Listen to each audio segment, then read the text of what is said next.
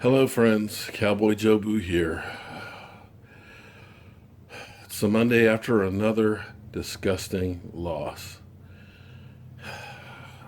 I give equal time here, so I'm not going to say much. Let's just take our first take and listen to Stephen A. Smith go off. Roll the tape. The new look Cowboys defense got to Tom Brady early and often with 5 sacks. The last time that happened was 2001, 14 years ago. But Brady and the Patriots outscored the Cowboys 27-3 over the final 3 quarters on their way to a 36 win over Dallas. The Patriots improved to 4-0 while the Cowboys lose their 3rd straight game and are 2-3. Skip, what did Brady's second half performance say about him? Molly, Stephen A., big picture, it proved once again that Tom Brady is the best quarterback in all of the National Football League. But it said so much more about a guy that I often defend on this show. So I'm going to disqualify myself going in. I'm a Brady supporter. So you can take or leave what I'm about to say. But somebody needs to step up and defend a guy who's been so disrespected, whose reputation has been so tarnished through the Deflategate ordeal. So many people still believe that he cheated and he lied about it, that it's come to the point Tom Brady is severely underappreciated. So what happened a couple of weeks back, your buddy Bart Scott, guy who's been on our show several times in the past, you know, I don't mind that Bart said, you know, Tom Brady's a nerd, or what else did he call him, a dork, you know, that's fine. I can live with that. But he also went to Tom Brady is not a tough guy.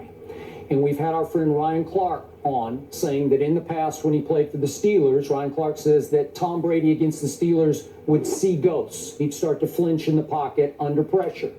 You have used the analogy countless times on this show that under pressure, after he gets knocked around a little bit, Tom Brady starts to tap dance like the late, great Gregory Hines. Did I say it? Soul. God rest his soul.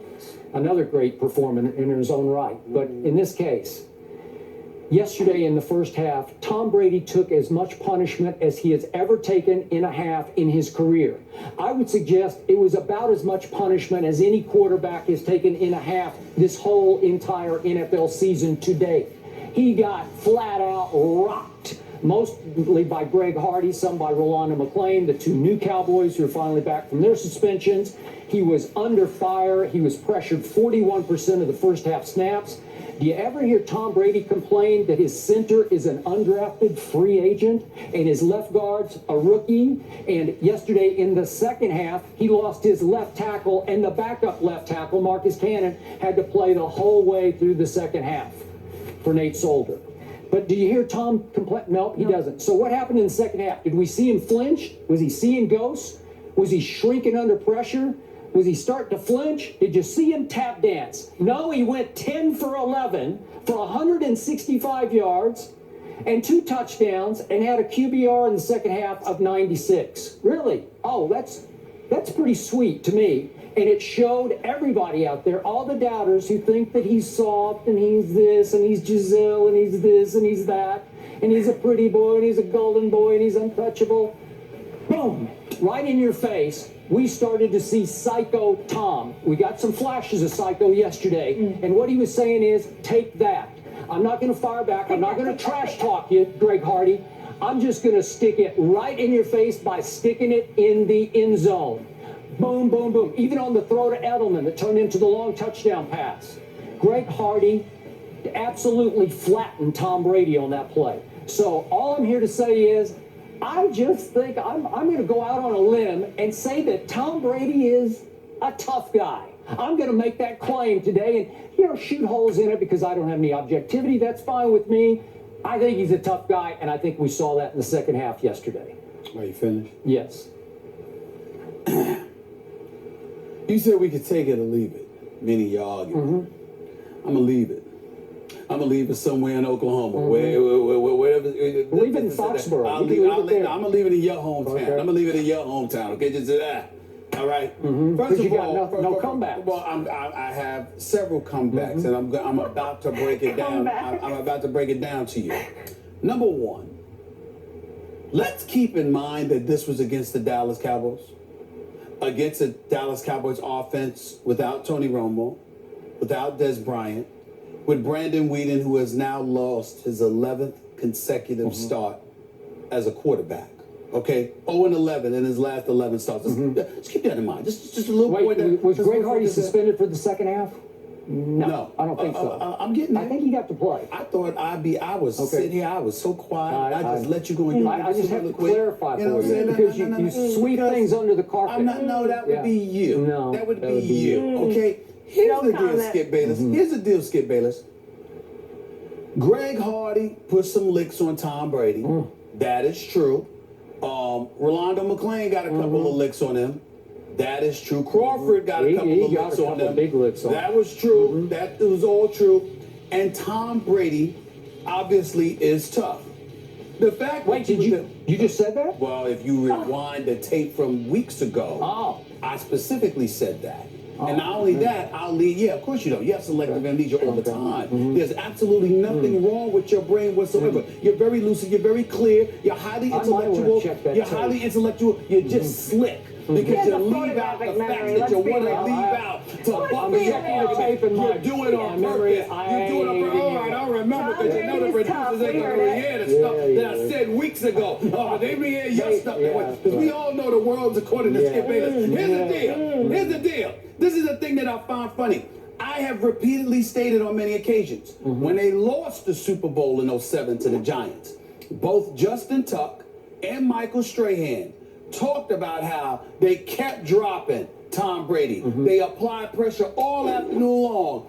And they said that dude was cussing out his offensive lineman all day long. But he kept getting up. He kept getting up. And the respect that they had for him elevated exponentially, and how everyone in the league recognizes how tough Tom Brady is. So when guys get on him, whether it's Bart Scott or who else did you mention? I'm sorry. Ryan Clark. Ryan Clark.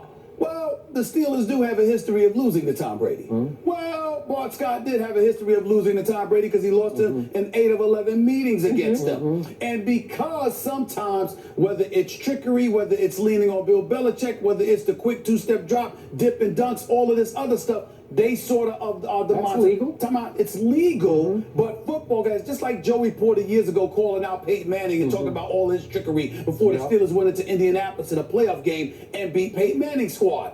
I'm saying to you, you've got guys like Big Ben and others who are considered rough riders. You look at Tom Brady. I mean, listen, I keep trying to tell you, I had women calling me talking about, man, did you see Tom Brady? I'm like, what happened? What happened? Did you see him in that blue suit walking into that courtroom? This is what they're saying. This is what they're saying. So when you look at Tom Brady, it's his style, it's his grace, it's his lovely, beautiful wife. I'm speaking about her respectfully, not the way Greg Hardy spoke about it. It's all of those things that come, the allure that is Tom Brady. It doesn't speak gridiron to those guys he beats. Now, to most of us, we don't care what's the result. What you do. And at the end of the day, you can't take anything away from Tom Brady. All I'm asking you to do is this, Skip Bayless. Pump the brakes just a touch. It was against the Dallas Cowboys. Now, Greg Hardy did get some licks on them. There's no doubt about that. And Crawford and those boys and Rolando McClain, they got some licks on him. And he was taking some hits in the first half. More so than in the second half because Josh McDaniel made some adjustments and he wasn't getting hit as much as he was in the first half. In the first half, he was getting beat up. But he kept getting up, okay? Gives him a lot of credit for it. But last time I checked, he's a quarterback. That's what they pay you to do.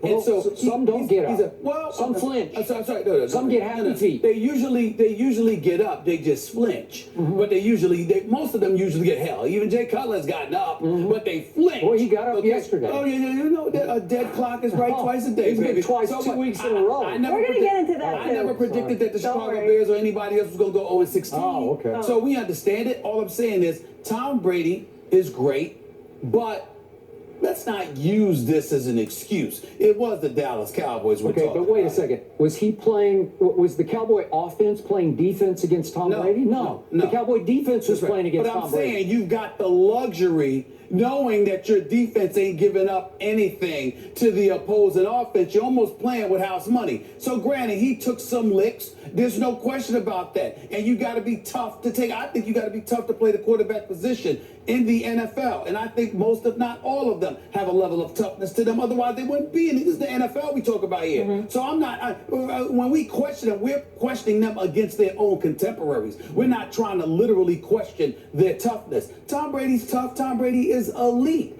All I'm saying is that even though he took some licks yesterday, it was in the first half. You know what?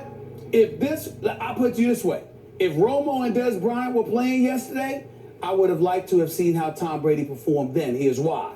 Because they would have put up some more points. It would have been more interesting, more compelling. Yep. And that would have elevated the level of adrenaline coming from a defense who was basically defeated by the end of the first half going into the second half because they knew the damn offense couldn't score anything. So your level of resolve, the adrenaline, how hyped you were about playing the game rapidly dissipated because you knew this was a game that you were not going to win because you were ill-equipped to do anything about it. Let's not ignore that. That is a good point. I'm going to give you that one. But in the end, remember, Brady loses his left tackle for the whole second half. Right. So you got a huge edge with Greg Hardy They were coming off doubling that up end. on Hardy prior to what they were doing in the first half. Yeah. They had keyed on him. They kept Hardy off of him for most of the second half, whereas others might have taken some shots. Yeah. All I can say is, after you take that much punishment and you keep standing there firing and make 10 out of 11 work for you, that's pretty tough to me.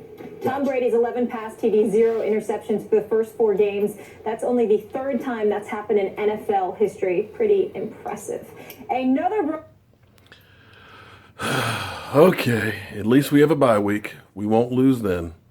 Hopefully we can regroup and get back on the winning ways against the New York Giants.